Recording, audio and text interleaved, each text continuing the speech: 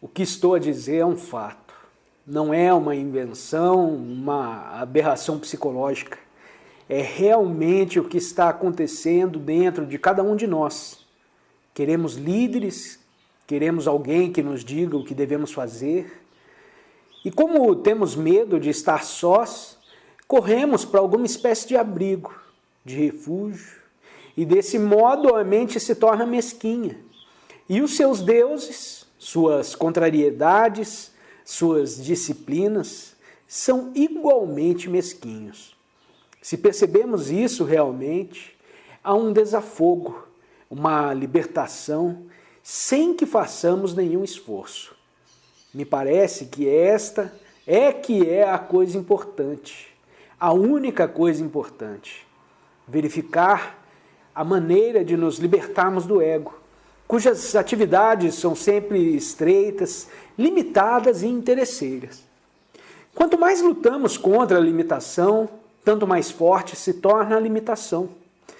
Se a percebemos, porém, se estamos conscientes dela e se sabemos escutar o que se diz, então esse próprio escutar nos porá em liberdade, de modo que poderemos olhar o problema de maneira nova, o que significa ter a mente não corrompida. A dificuldade existente em tudo isso é que temos medo das consequências de largarmos o que temos na mão, de não pertencermos a nenhuma organização, de não nos chamarmos patriotas. Temos medo de estar sós, de não termos nenhum ponto de apoio. Mas para achar o que é real, precisa estar só, não acha? O mundo, evidentemente, está nas redes da ilusão, do ódio, do medo, com todos os respectivos absurdos e brutalidades. E, por certo, para se descobrir o que é verdadeiro, temos de sacudir tudo isso de nós, não acha? O que realmente significa estar só. Entretanto, ninguém pode estar só mediante vontade ou por ato da volição. É como reconhecer uma coisa que é falsa. Quando se percebe o falso, se apresenta aquilo que é verdadeiro. Perceber o falso não é um ato de vontade, mas cria sua ação própria. Acho que esta é a coisa verdadeiramente importante, pois de que se necessita hoje em dia não é mais saber, não são novas crenças, do comunista ou de outra ordem, mas de indivíduos que sejam capazes de compreender todo este conflito, capazes de perceberem com lucidez, com a mente não corrompida. Indivíduos que, por essa razão, são uma luz para si mesmos. Não pode ser luz para você mesmo se é tão somente um acessório da máquina social, pois isso tem muito pouca significação. Penso que a verdadeira revolução não é uma revolução econômica ou política, mas a revolução psicológica, profunda, que nos faz reconhecer o falso como falso, fazendo assim surgir o novo, o real, o verdadeiro. Vou responder algumas perguntas, mas antes de começarmos a apreciá-las, me parece importante averiguarmos o que é um problema. Um problema só existe quando lança raízes na mente. Quando uma questão lança raízes na mente, ela se torna um problema. E a mente tem então de resolver esse problema. Entretanto, como suas raízes estão na mente condicionada, o problema se torna insolúvel. E é possível não permitirmos que nenhuma questão se nos enraize no espírito, se dando atenção direta e imediata assim que surge.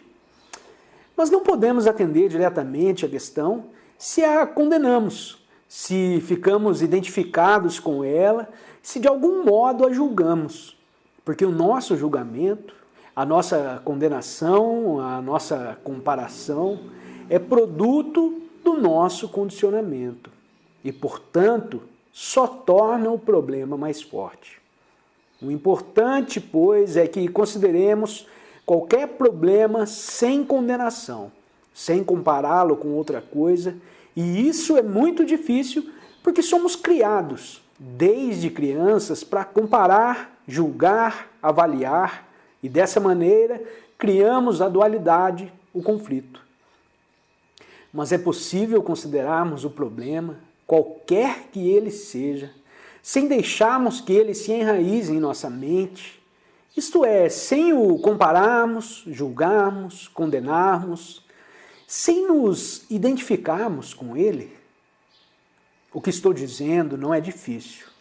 Se observar o processo do seu próprio pensar, tem um problema porque o deixou enraizar e para ficar livre dele, ou procura a sua solução, ou o condena, ou o afasta de você, pensando noutra coisa, ou a fugir dele, o que só serve para torná-lo mais forte.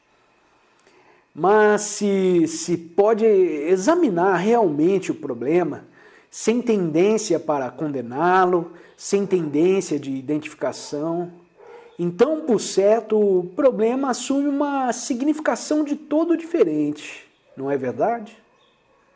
Como dizíamos, o problema só existe quando aprofunda suas raízes em nossa mente. E a mente, que absorveu o problema, a mente onde a semente do problema já criou raízes, é incapaz de o resolver, por mais que lute com ele. Para compreender o problema, a mente deve estar verdadeiramente tranquila. E só está ela tranquila quando não há tendência para a condenação, a identificação ou a comparação. E quando a mente está tranquila, pode então existir algum problema? O problema só existe porque estamos em confusão. E a confusão surge quando procuramos alguma espécie de solução para o problema. Ou quando estamos seguindo algum sistema ou projetando a sombra de algum dogma ou crença, ou quando estamos tolhidos pelo nosso saber. Se pudermos compreender, porém, o processo pelo qual o problema surge e deixarmos, portanto, de condenar e de comparar, haverá então algum problema? É claro, não se pode responder, pois nunca experimentou nenhuma dessas coisas. O que está acostumado a fazer é condenar, comparar ou se identificar com o problema. E é dificílimo ficarmos livres desse processo. Portanto, só fomos preparados para comparar e pensamos que pela comparação compreenderemos. Ora, por certo, a compreensão não pode vir pela comparação, pela prática de atividades de todo gênero, mas só quando a mente está muito tranquila, não perturbada. Temos muito medo de uma mente que não esteja ocupada. A mente, porém, que só está ocupada é uma mente pequena. Não importa se ocupada com a mais alta ciência ou com as atividades corriqueiras da cozinha ou do emprego. Essa mente é incapaz de ser livre.